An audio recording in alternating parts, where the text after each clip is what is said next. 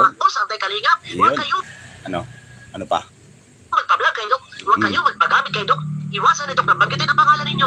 Lalo pa kung kayo ay ayaw na magpapablog sa kalingap. Yun ang mga bagay na dapat ninyo gawin. Pastihin ninyo. Dapat kasi pagiging aware din, no? Ang mga binilawang salita, no? Dapat hindi ganun dahil alam naman natin na kalingap kayo, no? Si Beyonce ay isang kalingap. Andyan ngayon si Beyonce, di ba? Ang tagal ko na nakasubaybay kay Kuya Bal, may mga nawakwak na nagtatagal ang issue, but this time non-stop ang issue. Marisa Alisande, gusto niyo bang karoon peace of mind? Kayo lang po ang nakakagawa nito. Walang sinuman para po sa kapinigan ng lahat at para din po sa inyong dalaga. Yun nga yun, ay mahirap kasi pag ganyan at di ba, sasabihin mo na gusto namin katahimikan tapos ang nangyari ay para comment kayo dyan. Tapos syempre, tignan mo, laman na naman ng mga reactor kan kayo na naman, di ba? Dahil nag-comment kayo ng ganyan. Lalo na ang pinag-commentan nyo, doon kayo pumasok sa live ng anti-kalingap, which is the wrong move para sa akin, no? Wrong move at mali talaga yun, mabalbas natin. Ang problema lang, nandyan din si Dr. Love, dapat sinabihan nun, Doc, huwag ka na mag-comment, no? Dahil nandyan tayo sa antay, pero hindi kasi, hindi naman siguro si aware, ang problema lang, hindi lang talaga si aware kung antay or si Joel Salcedo, no? So, FYI, antay, posisyon, kasi puro negative po ang kanyang content para laban sa kalingap, no, di ba? Na hindi kayo magagamit nito dahil kahit sabi ko nga, ang mga reaktor kaya magtimpi, kaya mag-control, pero ang mga basher, nandiyan papasok sila ang Tama. Kuruska. Tama. Galing. Kaya marami palang support natin si Popil Vlogs, no? Kaya papaalam tayo dito.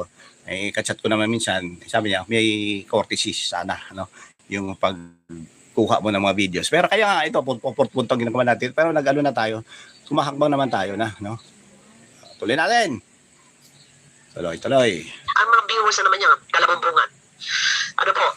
Kasi napangunahan Sabi ni Ma'am Laika ulit, sipag ni Ma'am Laika mag-comment, simula pa lang panon ni kay Lola Damiana, kami mga taga Ortigas po, solid kalingap. Uy, Ortigas dito sa Cainta or Pasig or something. Antipolo lang po ako, ma'am, ha. Nandito po ako. Minsan madalas ako nandyan sa Quezon City. Halos araw-araw ko dyan. Kagahapon nandiyan din ako. Kung gaano po kababuti ang kalooban ng mga shoutout po sa mga taga Antipolo, ha. Nandito lang po tayo sa Antipolo. Di ba? So, at least paano alam nyo kung nasaan ako ngayon. Okay, so tuloy. House. Nadio ka din, nagpaalam na. Sagot, hindi rin binabasa ni Kalingap Rab yung comment. Sagot na lang daw ang hinihintay.